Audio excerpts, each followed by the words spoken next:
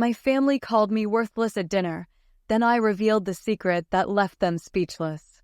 The evening began like most family gatherings, predictable, stiff, and laced with judgment under the pretense of tradition. The table was perfectly set, the dishes steaming, the room dressed in shallow smiles. They always dressed up for these dinners, not out of warmth, but out of habit, as if their polished shoes and pressed collars could hide how sharp their words could be. I took my usual place, end of the table, closest to the hallway, farthest from attention. It was strategic. Easy to leave when things soured, as they always did. It didn't take long. My brother, always the first to bite, leaned back in his seat and aimed a casual smirk across the plates. So, still figuring things out, he asked, a rehearsed grin playing across his lips. His wife laughed, not a real one, just the kind you give when you want to belong. My uncle, sitting 3 seats over, chimed in without lifting his head from the roast. Must be nice having all that free time. The rest of us don't get to sleep through life. A few chuckles followed. My mother didn't laugh, but she didn't stop them either.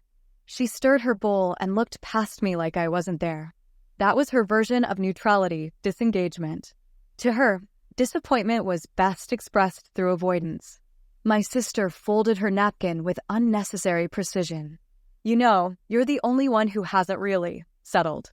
Everyone else is contributing, doing something. Another laugh.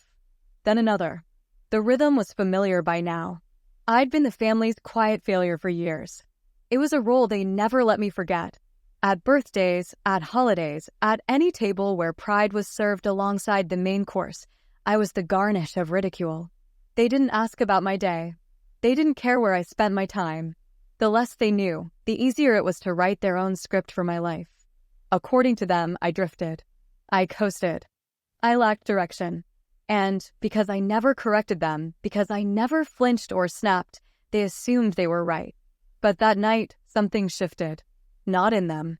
In me. They called me worthless as dessert was placed on the table. It wasn't even said in anger, it was casual, like a family saying grace. "Can you believe he still hasn't done anything with his life?" my aunt said, spooning fruit into a crystal dish. I mean, come on.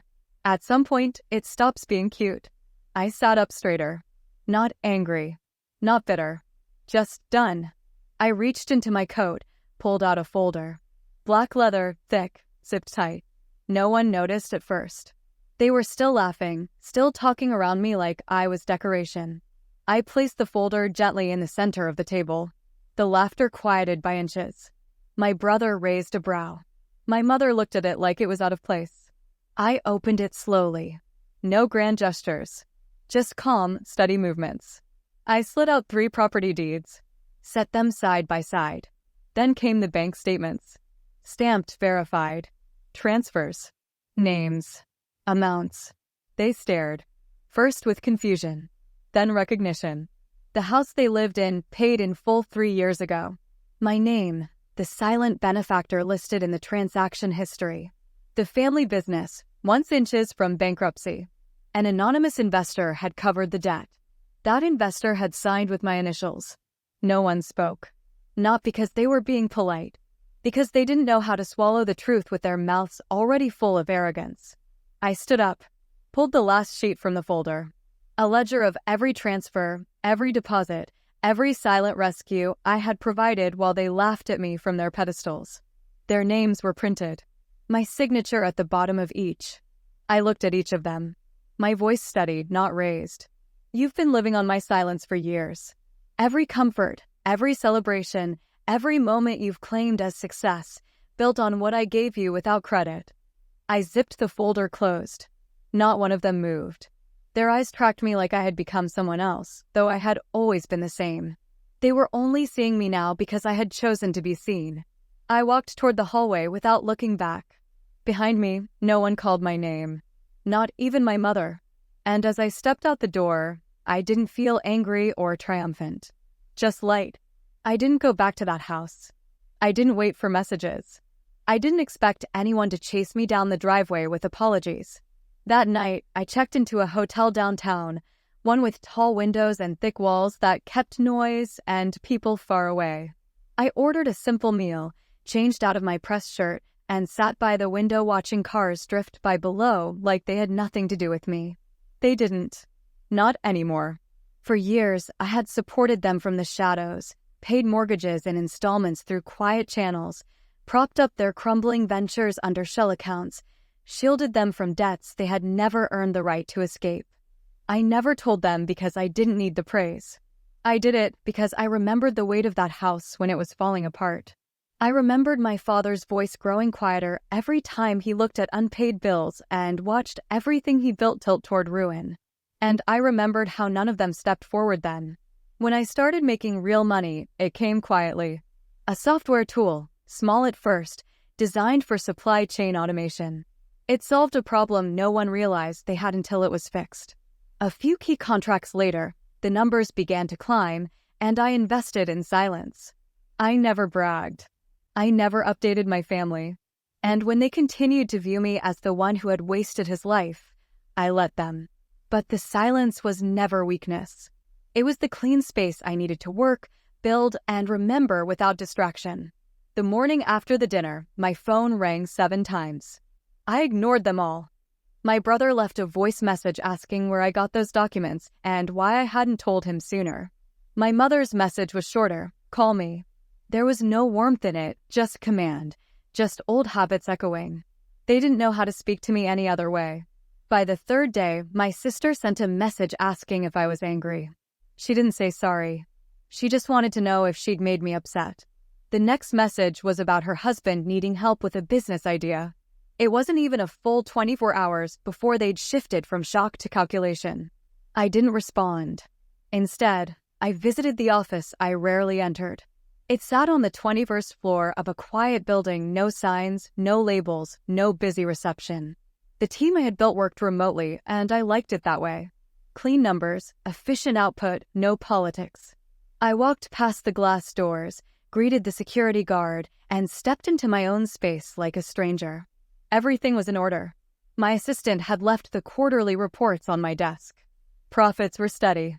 Expansions in place. There was nothing left to prove. By the end of the week, I sat down with my lawyer and reviewed everything I still held in their names. The house, the business account, the smaller bits, automobiles, insurances, utilities I'd kept covering out of habit. It was time to cut the threads. I want everything transferred, I told him. Ownership, access, all of it. They can have it. No more payments from me. No more ties. He paused. You sure about that? I gave enough, I said. It's time they carry their own weight. The process took 5 days. Once completed, I sent one message in the family group chat that had sat silent for over a year. All financial responsibilities have been transferred.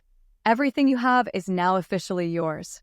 From this point forward, I won't be managing or funding anything else.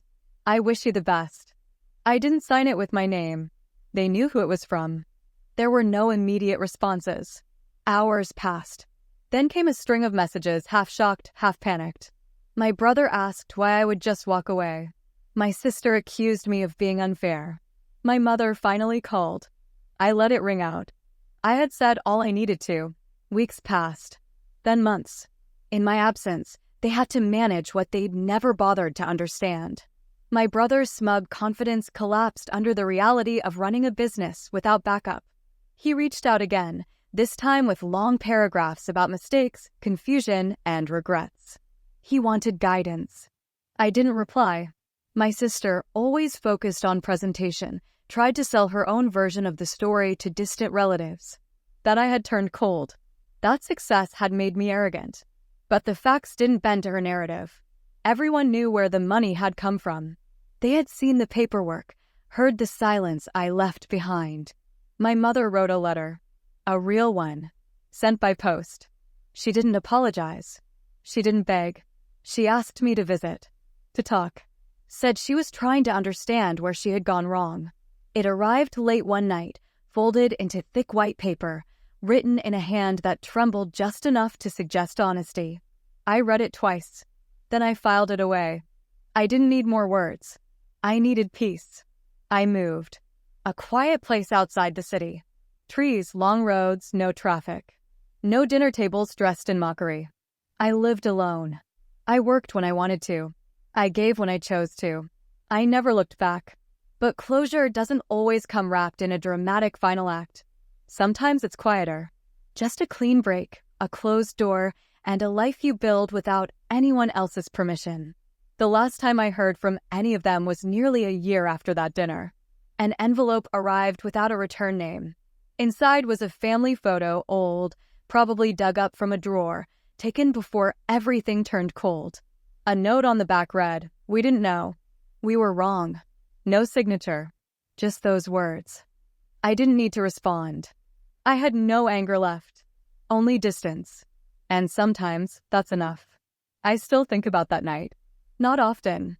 Just enough to remind myself why silence should never be mistaken for absence. They called me worthless, laughed like it was a ritual. And when I left, I didn't take anything with me, because I had already given more than they ever deserved. Now I carry nothing from that table. No debt, no guilt, only the freedom of a man who finally stopped waiting for recognition.